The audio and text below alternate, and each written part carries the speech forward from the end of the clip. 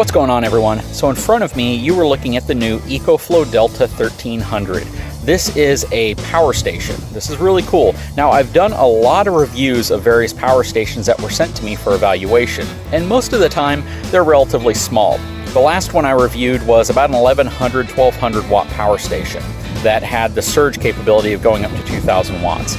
There are a lot of things that are special about this EcoFlow Delta1300, so we're going to spend some time talking about it and showing what this thing's capable of. So hang tight, I'll be right back.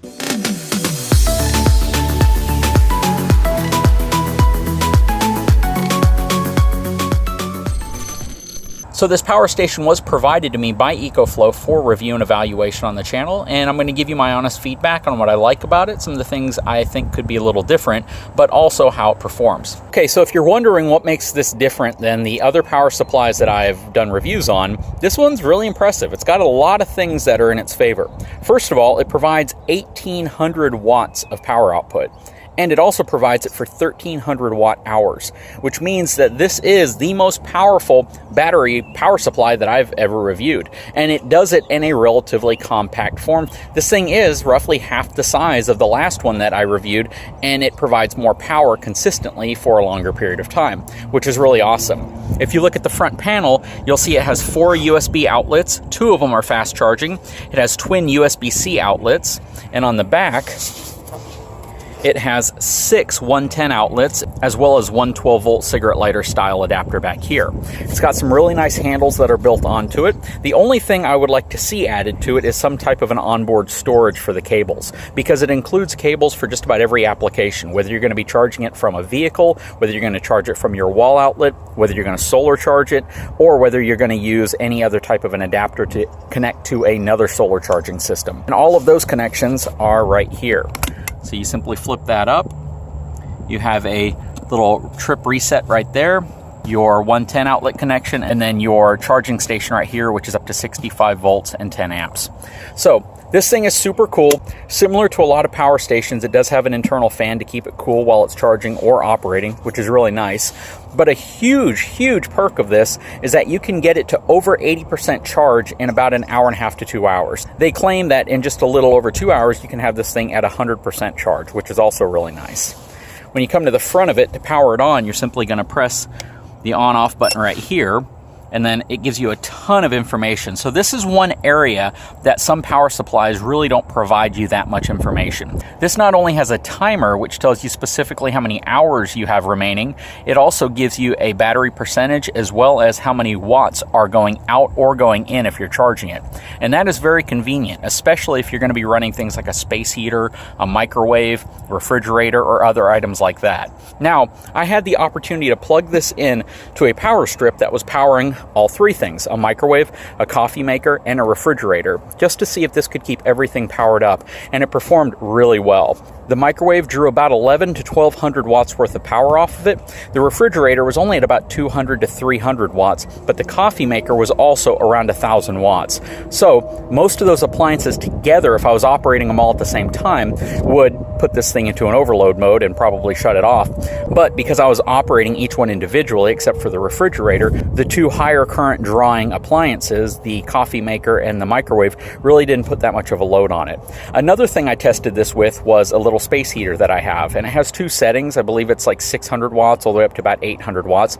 But when I plugged it in, I saw that it was pulling closer to 800 to 900 watts, and it surged at about 11 to 1200 watts when you would first start it up. So you want to be careful, because space heaters specifically draw a tremendous amount of heat to heat up the heating coils inside of them to allow them to do what they do. Again, though, what's really nice is that it gives you the actual power output, and it tells you approximately how long this will power something like that for. Now, if I was going to plug this into a space heater at about 1000 watts, you're probably going to get about an hour to an hour and 10-15 minutes worth of usage on this before it dies. And we're going to do further testing to test and verify that. You also have an optional solar panel system, and it's essentially 3 panels that fold up into this bag, but it includes all the necessary cables to connect it to the EcoFlow Delta so you can charge this. And it's very convenient convenient. Charging off of solar, I haven't had a chance to test to see specifically how long it takes to charge up the battery on a sunny day, but you have to keep in mind that the cleanliness of your panels, how bright it is outside, all of that, where you have them facing, will all determine how much power is actually coming through the panels to charge up the battery. Optimally, you're going to want a bright sunny day, clean panels pointing directly at the sun. Overall though, this is really cool, and I'm going to have it for a while to do a longer term test and evaluation on, just to see how it performs in the long run. This is an absolute beast, and I love the fact that it's small. Again, the biggest thing I see that's missing from it is an onboard place to store the cables. I think that's probably the most important. Now, it comes with a nylon bag that you kind of put the whole thing inside of, and you can put your cables in there. But again, the process of getting it out of the bag, getting all your cables up, is a little cumbersome. It's not difficult, it just kind of takes a little bit longer to set up. And I would prefer that the cables were just attached to it somehow. Even if they made a simple type of sack or something that attaches to the top, maybe it velcros to it, that gives you the cables all in one area that are easy to access without having to remove the whole thing from the case.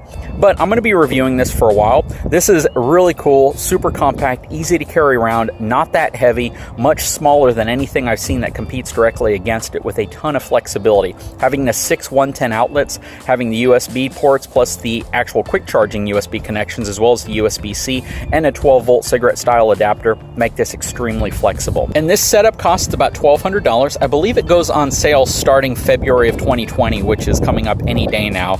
And it's really nice because you can connect this to virtually any solar system you might already have with the included cables, or you can get the optional solar panel if you need to add solar to it and you want to be able to charge this if you're boondocking, if you're out in the middle of nowhere, if you are essentially in a scenario where you need to charge this and you need to use natural light to do it. Anyways, guys, I'll put a link in the description of this video if this is something you may be interested in. Again, we're going to have this for a while and we're going to do some more testing with it, but I was very impressed so far with the fact that it was able to provide power to the 3 main appliances a lot of people use in their RV or their caravan: a microwave, a refrigerator, and a coffee maker. Anyways, guys, I hope you enjoyed this video. Stay tuned for more videos of this. I really want the videos to apply more towards folks who have RVs, folks who will be using this in that type of environment, and I'm going to try to use more appliances that would matter to people. A small space heater is very important, especially if you have a truck camper or a small caravan that doesn't necessarily have a heating system inside of it.